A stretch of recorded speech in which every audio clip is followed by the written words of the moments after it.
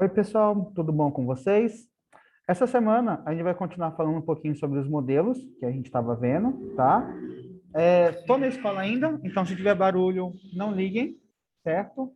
E aí a gente vai dar continuidade para aquela ideia. A gente estava falando na última aula sobre o modelo de Bohr, correto? E terminamos falando com algumas questões. Esse modelo de Bohr, um carinha chamado Linus Pauling adicionou algumas informações a ele, que eu cheguei a comentar para vocês.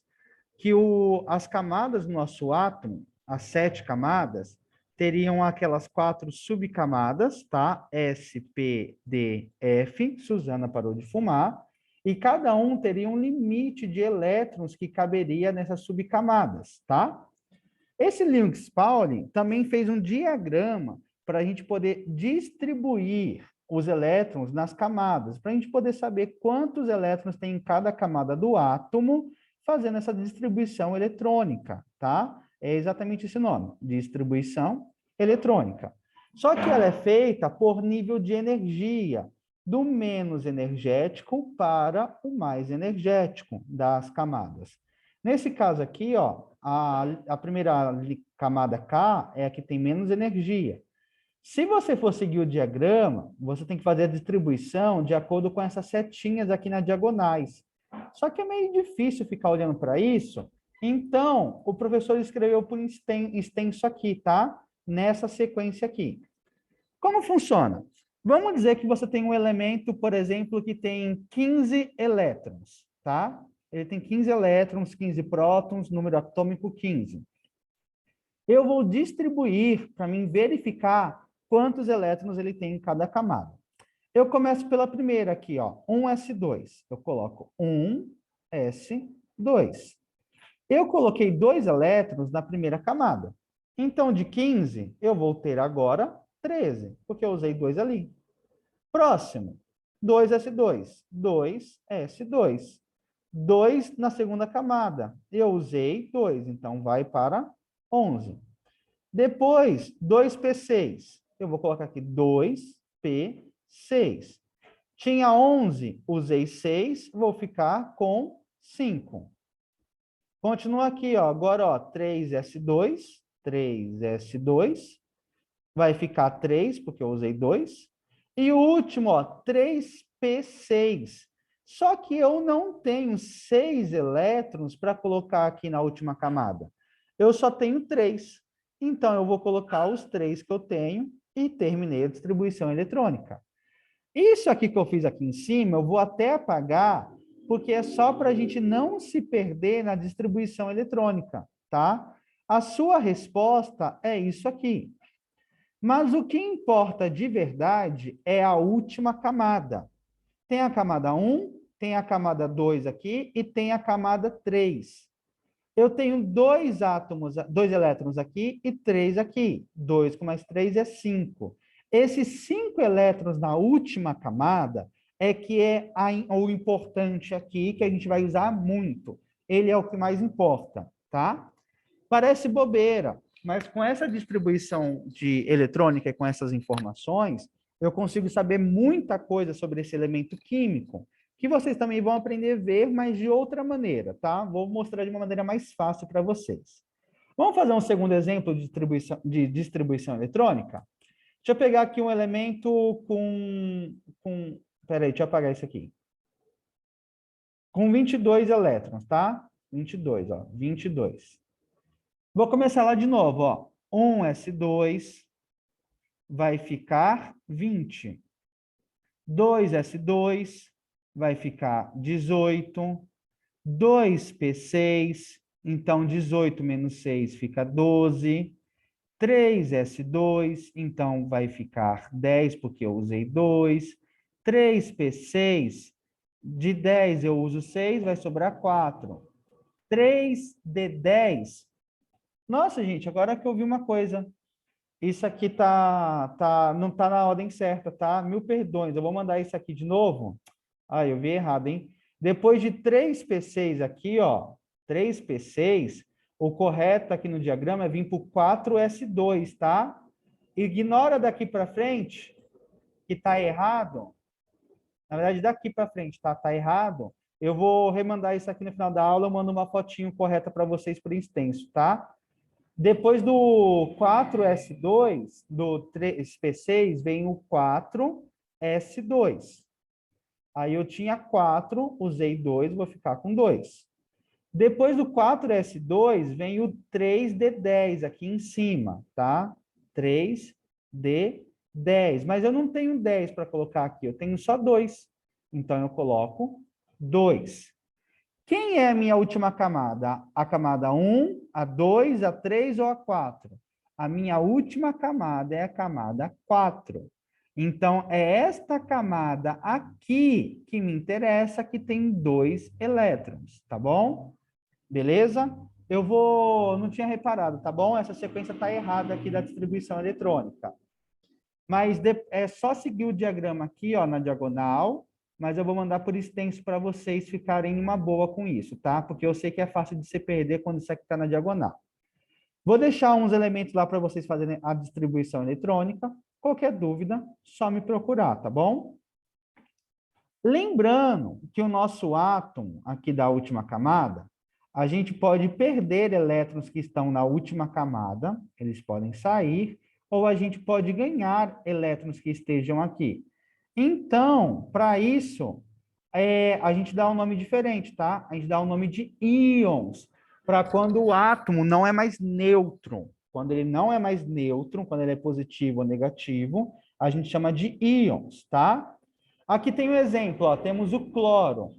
O átomo dele aqui, ele vai ganhar um elétron a mais, ó. Ele ganha um elétron a mais. Se ele ganha elétron que é negativo, ele vai ficar negativo. E a gente chama isso de ânion, tá bom? É um ânion, tá? Ânion. E quando um elemento aqui de baixo, sódio, ele perde um elétron, ele vai perder esse último elétron aqui, ó. Ele perde, ó, foi embora, tá? Ou, na verdade, é ao contrário, tá? Sódio tá aqui, tá? Não, na verdade, isso aqui tá ao contrário. Nossa, eu peguei umas imagens zoadas, hein? O sódio está aqui com um elétron e você vai perder um elétron. Aí o sódio vai ficar positivo, porque ele perdeu um negativo, ele vira um cátion, tá? E a gente representa com o sinal de menos e de mais. Exemplo, oxigênio mais 2. Quer dizer que o meu oxigênio perdeu 2 elétrons. Oxigênio menos 2. Quer dizer que ele ganhou 2 elétrons. Sódio mais. Quer dizer que ele perdeu elétron. Cálcio, 2 mais. Quer dizer que ele perdeu 2 elétrons. E essa é a carga dele, tá bom? Nós vamos ver isso um pouquinho mais para frente de novo, tá? Mas já vamos chegando lá, bonitinho. Vou deixar alguns íons para vocês classificarem em ânions e em cátions aí nos exercícios, tá? Mas o que é interessante falar sobre esse modelo atômico do Bohr e essa distribuição eletrônica é a tabela periódica, tá? A gente vai relacionar o modelo atômico de Bohr com a tabela periódica. Só que para isso eu vou falar um pouquinho dela para vocês, tá? Uma aulinha aqui sobre a tabela periódica. A aula não... Ah, eu parei o compartilhamento. A tabela periódica não é muita coisa que eu tenho para falar sobre ela nesse primeiro momento, até porque eu já apresentei ela para vocês, tá? Há muito tempo atrás, quando se descobriu os elementos químicos, essa não era a tabela periódica ainda. Se tinha uma ideia vaga sobre ela. Começou-se assim, ó, com o nosso amigo Dalton e Lavoisier, tentando classificar os elementos de alguma forma. Como a gente classifica a roupa, tá? Teve as ideias da tríades, que foi classificar os elementos assim em trio, tá? De acordo com suas características. Teve as ideias do parafuso, tá? Que era classificar os elementos de acordo com a massa deles em um parafuso, uma aspiral, tá? Também teve umas ideias meio diferentes, que foi a das oitavas, que era fazer uma escala dos elementos igual a uma escala musical, dó, ré, mi, fá, sol, lá, si, e os elementos nessa mesma ordem, tá? Muitos elementos nessas épocas não foram descobertos. Até que chegou Mendeleev e fez uma classificação muito bonita, uma classificação pelo número atômico dos elementos, E essa classificação foi tão boa, que ele conseguiu prever futuros elementos químicos que ainda não tinham sido descobertos na época. E ele conseguiu classificar de acordo com propriedades e características dos elementos. Só que a tabela sofreu algumas adaptações depois, tá? Aqui são algumas propriedades, não vem ao caso, estou passando rápido assim mesmo. Depois dessas modificações, veio a tabela periódica como a gente conhece hoje, tá? E ela é classificada de um jeito meio estranho, tá? Deixa eu ir para o próximo aqui. Vamos lá. Primeira observação é que o nosso modelo de Bohr fala que o átomo tem 7 camadas. A tabela periódica também tem 7 camadas, tem 7 períodos, tá? 7 períodos, tabela periódica, porque ela é feita em períodos. Os elementos que estão na primeira linha possuem uma camada de elétrons. O elemento que está na segunda linha tem 2 camadas. Quem está na quinta linha tem 5 camadas, e quem está na linha 7 tem 7 camadas, tá? Além disso, a gente pode separar a tabela periódica em grupos ou famílias. Temos as... Peraí, cadê minha canetinha? Sumiu minha canetinha. Ué, gente, cadê? Aqui. Temos aqui a família A, tá? Os grupos A's e os grupos B's, tá? Cada coluna a gente chama de grupo ou família. Eu vou falar sobre cada um especificamente na aula de semana que vem, tá? Aqui é só para vocês verem bonitinho que eles são. Além disso, dessas famílias, cada família tem uma característica em comum. A sua família não tem o mesmo sobrenome que você, a maioria deles? Aqui a família A, todos eles têm uma característica em comum. Família 7A, todos eles têm uma característica em comum. E a gente vai aprender sobre isso. A gente pode descobrir essa característica pela distribuição eletrônica também, certo? E essa mesma distribuição eletrônica, a gente pode encontrar ela na tabela periódica, tá? Espera aí, que é esta aqui, ó. Quem está na família, no lado aqui, ó, nessas duas colunas, a distribuição eletrônica termina no S. Quem está no meio, a distribuição termina em D. Quem está na direita, a distribuição termina em P. E quem está aqui embaixo, a distribuição termina em F. Tem uma ou duas exceções, tá? De alguns elementos aqui que acabam em F também, tá? E a gente chama de bloco S, o bloco P, o bloco D e o bloco F da tabela periódica. Nós aprendemos mais sobre o bloco S, D e P aqui na escola. O F a gente vai falar muito pouco, até o D a gente vai falar pouco sobre eles. É mais o S e o P que eu vou comentar mais sobre eles. Cada elemento químico da tabela periódica possui uma característica. E aí eu pedi o trabalho para vocês me entregarem, para vocês conhecerem pelo menos a característica de um elemento, tá? Os elementos aqui são classificados pelo seu número atômico, Z, que é igual ao número de prótons que eles possuem, tá? Um elemento que é o número 13, o alumínio, tem 13 prótons. Como ele é neutro, ele tem 13 elétrons também, tá? E se você olhar a massa dele, a gente consegue descobrir o número de nêutrons que esse elemento tem, certo? Existem vários tipos de tabelas periódicas para facilitar a nossa vida. Essa aqui do Google é bem legal, ó. Você clica no elemento, por exemplo, cloro, que é 17. Só que está em inglês, tá? Mas é só para a gente ver. Demora um pouquinho para carregar, a internet da escola aqui é cansada pra caramba.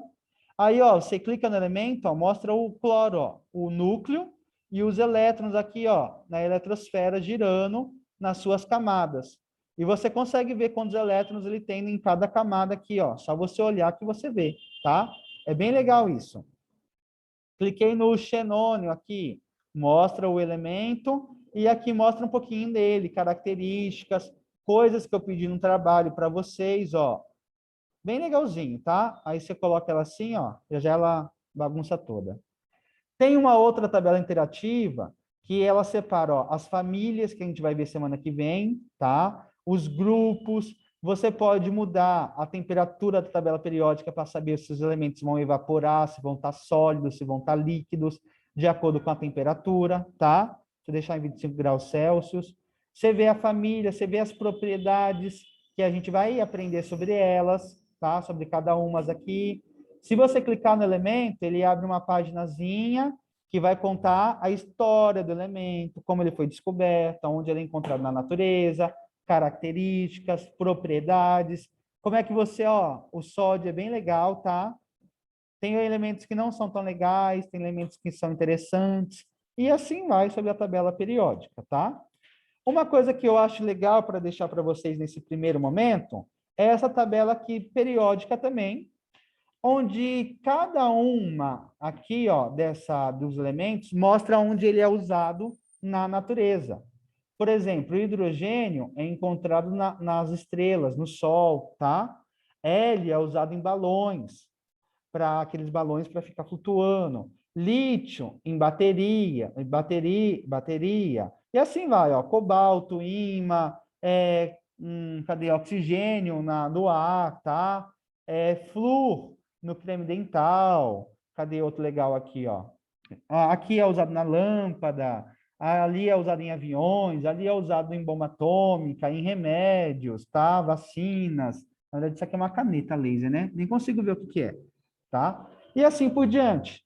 Aqui você vê a aplicação, uma aplicação de todos os elementos químicos na nossa vida. Alguns são aplicados mais diretamente, outros indiretamente, tá bom? Mas é bem interessante isso. Vou deixar umas questõezinhas para vocês, tá? E aí, semana que vem, eu vou falar mais sobre a tabela periódica e vou relacionar mais ainda com a distribuição eletrônica, tá? Para vocês conseguirem entender. Mas vamos por partes, tá? Beijos no coração de vocês, boa semana e qualquer coisa, só me mandar mensagem.